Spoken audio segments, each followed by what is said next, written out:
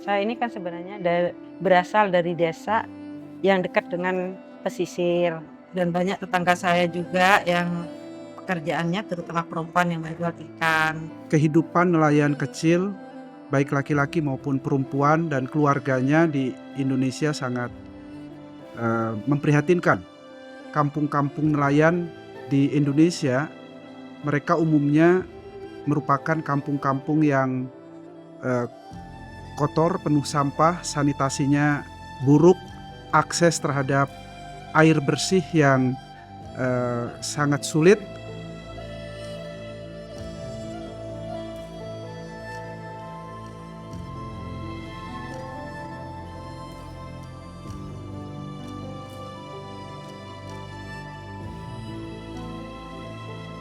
Peran perempuan di dalam sektor perikanan mulai dari persiapan melaut, memilah, menjual, mengolah, itu membuat saya melihat pekerjaan mereka itu tidak dilihat oleh negara. Mereka ternyata tidak dilibatkan ya dalam forum-forum pemerintahan desa. Posisi mereka menjadi lemah dalam keterlibatan dalam pengambilan keputusan. Dalam sektor perikanan mereka dilihat hanya sebagai pekerjaan domestik. Berat juga pekerjaan perempuan ya.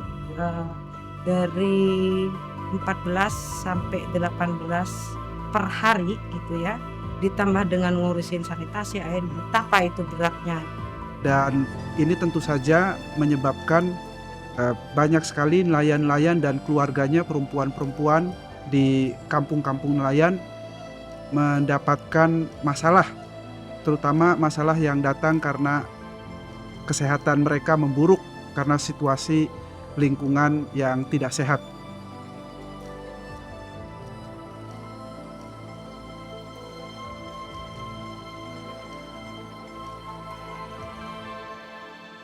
Nah, hal ini yang menyebabkan kami atas dukungan dari International Budget Partnership dan mitra koalisi yang lain mulai melakukan upaya-upaya advokasi untuk menyelesaikan masalah ini.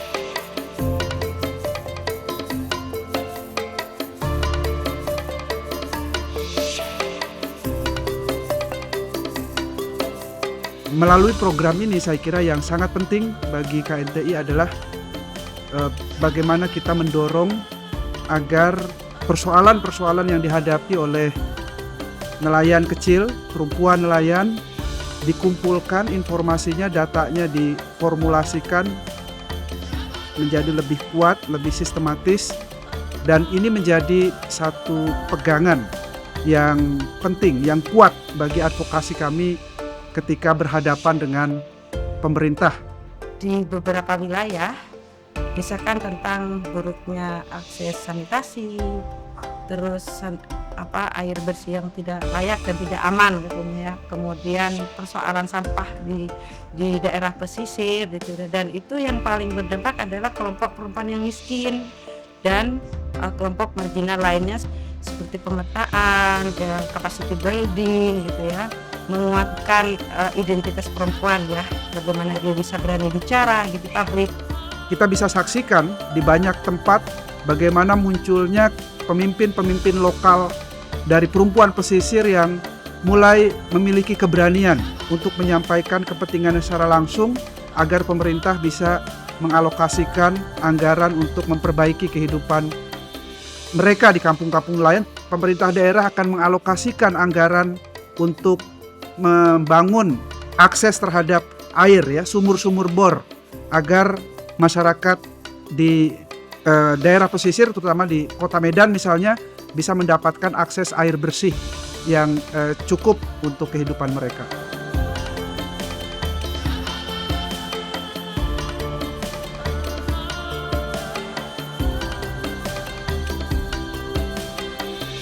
Setelah mereka memiliki kesadaran kritis, mereka bisa melakukan untuk perubahan dirinya dan masyarakat di sekitarnya kayak gitu. Tanpa harus menunggu negara gitu ya, dia punya kemampuan untuk melakukan perubahan. Ini adalah satu proses yang baik, kita memulai satu langkah yang positif. Bagaimana organisasi nelayan, organisasi perempuan pesisir bekerja sama dengan mitra, para NGO, LSM, dan pemerintah daerah bersama-sama untuk membangun kehidupan masyarakat pesisir dan kampung-kampung pesisir di seluruh Indonesia menjadi lebih baik lagi ke depan.